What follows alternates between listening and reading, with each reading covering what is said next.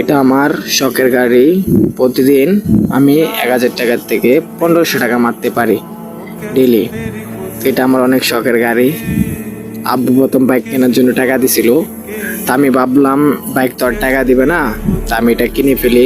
রিক্সা কিনছি, তো কেনার পর আল্লাহর রহমতে এখন আমার 1000 টাকার থেকে 1500 টাকা মারতে। তাই আরিফ আমার সাথে বসে আসিল, ওই আজকে গার্মেন্টসে যায় নাই, তা আমাকে বলছে সাকিব আজকে ঘুরবো তোর সাথে, আজকে ঘুরবো আর কি।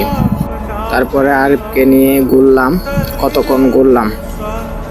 ঘোরার পরে তারপরে চলে যাইতেছি। দেখার পরে দেখতেছি গাড়িতে আমার বন্ধু একটা ভাড়া নামারি গার্লফ্রেন্ডের সাথে কথা বলতেছে। তো ওর সামনে গেলাম, ওই দেখেন সবাই দেখেন ওই গার্লফ্রেন্ডের সাথে কি ভাড়া নামারি কথা বলতেছে। আমি ওরে কতক্ষণ দেখলাম, দেখার পরে তারপর আবার চলে গেলাম।